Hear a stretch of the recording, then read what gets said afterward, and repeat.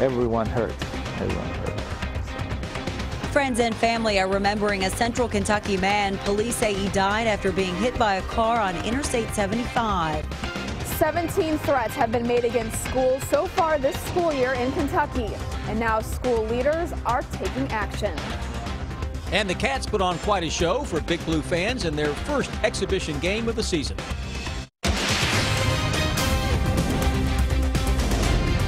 This is WKYT News at 11.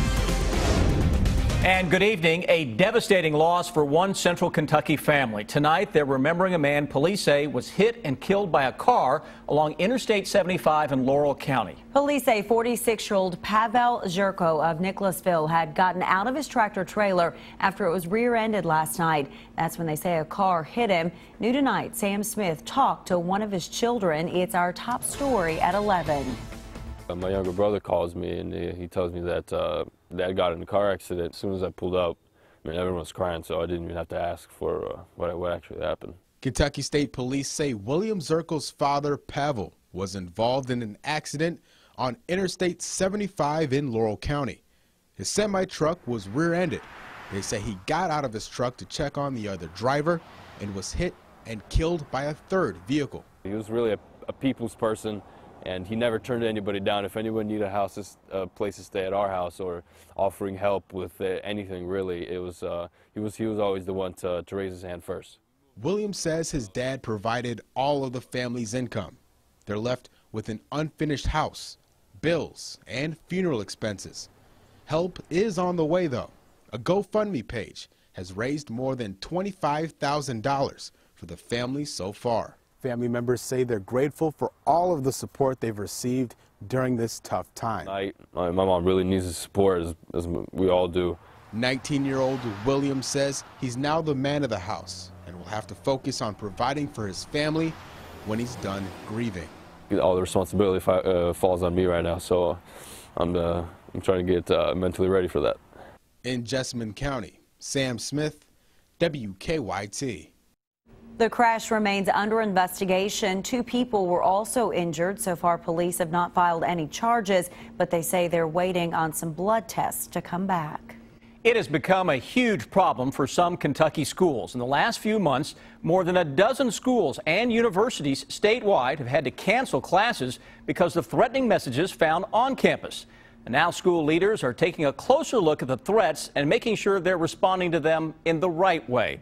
Monique Blair has the story tonight, new at 11.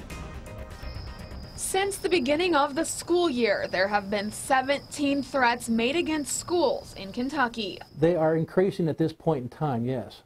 Now, if this trend continues, it will certainly surpass what it's been in the last 10 years.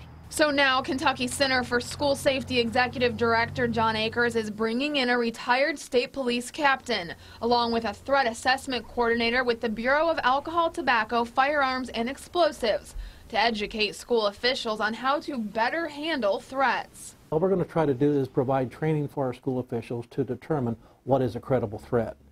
And what better way to do that than get your law enforcement and your ATF folks involved with this. In early October, a threat was made on a bathroom wall inside a building here on EKU's campus, prompting classes to be canceled for several days. And this is just one example of the 17 threats made against schools in Kentucky so far this school year. I don't buy the kids don't know what they're doing. I think they know what they're doing. And it's a situation where they're going to have to be taught a lesson. Akers says he believes it is students who are responsible for the majority of the threats, and he is strongly pushing for the offenders to be held accountable. When they catch the kid, they prosecute him to the fullest extent of the law, and then they require restitution from the parents for time lost. In Richmond, Monique Blair, WKYT. Now, training will be offered to school leaders beginning next month. New tonight, Montgomery County high school leaders say they found some weapons in a car in the school's parking lot. They say after receiving a tip, they found 2 unloaded hunting rifles, ammunition, a bow, and some arrows in the car. School leaders say students and staff were never in danger, but they are working with law enforcement. In less than 7 hours, the polls will begin opening around Kentucky on Election Day, and the candidates for governor spent this election eve crossing the state, making a last-minute push for votes. Both Democrat Jack Conway and Republican Matt Bevin made stops in Lexington this morning. Conway finished the day in Louisville, while Bevin wrapped up in Owensboro. We own our ticket. Know that the single best thing we can do to break the cycle of poverty in some place like East Kentucky or West Louisville is to get engaged in early childhood education and make certain kids show up ready for kindergarten. As part of this next session, we must fix the pension crisis. We owe it to our teachers. We owe it to our state policemen. We owe it to our highway workers and everyone else. We must fix the pension crisis. We could not find any public events scheduled for independent candidate Drew Curtis today.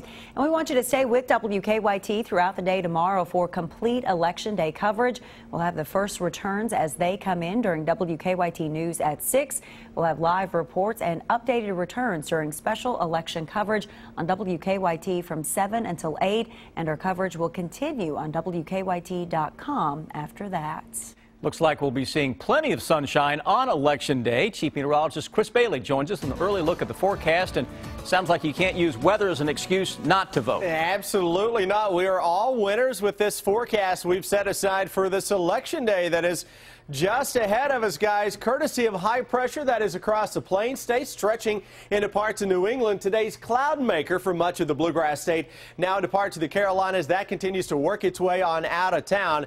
Our Defender Radar network across central Kentucky continuing to show some pretty good weather for most areas. Southeastern Kentucky, a hint of some high-level clouds, but with low-level moisture around now, we have to watch for the possibility of a little bit of fog as we work our way into the overnight hours. Should be patchy, but again, some of those areas tomorrow morning may have some locally dense fog, especially near the waterways. Trip into work tomorrow, schools, yeah, you get the day off. 49 for that trip into work. Tomorrow around lunchtime, how about pushing 70? Trip back home, 70 to 75 on a breezy and a mild day in the Bluegrass State. We get the nice weather to roll on for a few more days, and the end is near with a Friday cold front that I'll be tracking with a brand new hour-by-hour forecast, guys, here in just a little bit.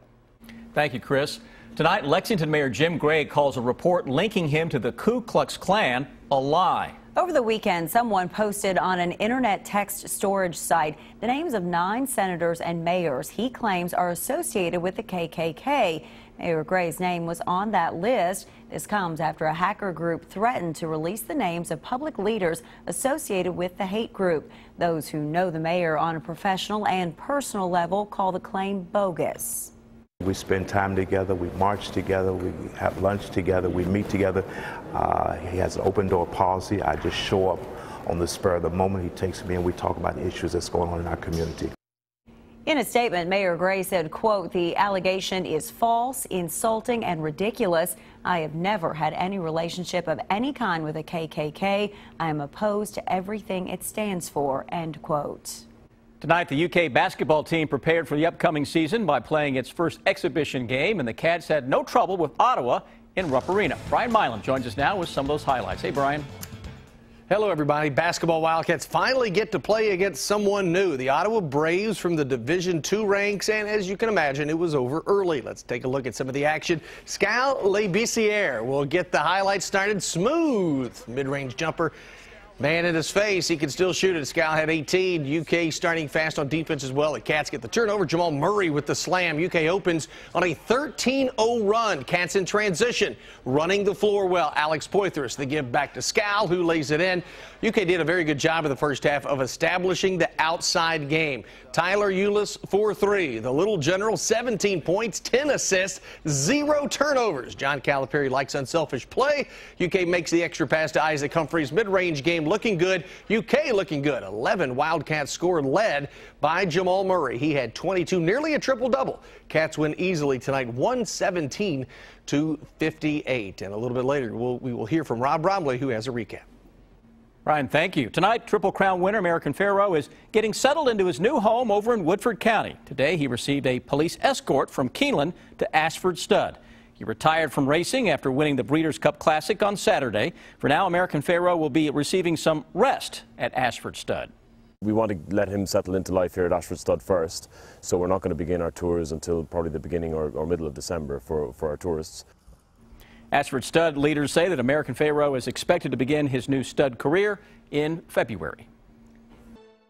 New tonight, a California man police say attacked an Uber driver has now lost his job. In a statement, Taco Bell says it fired Benjamin Golden from his marketing executive position and, quote, offered and encouraged him to seek professional help.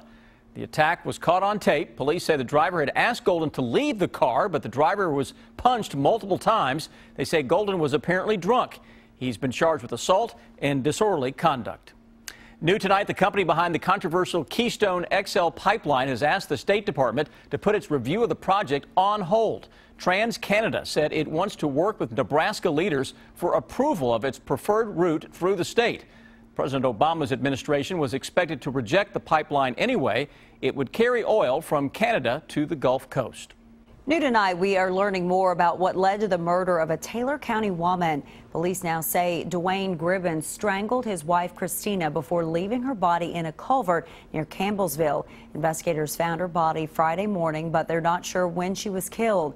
Family members reported her missing on Thursday. Police have charged Dwayne Gribbins with murder. Neighbors say the couple had been separated for about a year. I just thought it was terrible. I mean, nobody deserves to die like that. And it was my understanding that his daughter had texted him trying to find her mom, and he told her that he had killed her. According to court documents, Christina Gribbins filed an emergency protective order against Dwayne in 1996, but it was later dismissed. New tonight, an Eastern Kentucky distillery is suing the University of Kentucky over a trademark dispute. Kentucky Mist Moonshine filed the lawsuit today in U.S. District Court. In the lawsuit, the distillery claims that UK threatened legal action because the distillery wanted to use Kentucky on clothes. UK says the university registered the word Kentucky on clothing back in 1997 and owns the rights to it. In the lawsuit, Kentucky Mist says Kentucky is a geographical location and the word has been in use since at least 1792. Caught on tape, bears came a little too close for comfort for some people in Tennessee's Smoky Mountains. Marty Fegan shot this video of 4 bear cubs climbing into his co-worker's Jeep. The men were at a work site near Gatlinburg at the time. Fegan says when the mother bear showed up, the cubs got out of the Jeep and followed her into the woods. Mike said when he went over there to the Jeep that they were all fighting. I think they were fighting over ketchup packets from Wendy's. He says the Jeep had a little bit of damage, but nothing serious. I've had my own encounter with the bears, yeah, so you did. Just let them do whatever they want. Take your ketchup packets and everything. You were behind a closed door there, weren't you? Yeah, I was. Still had a good view. Brian.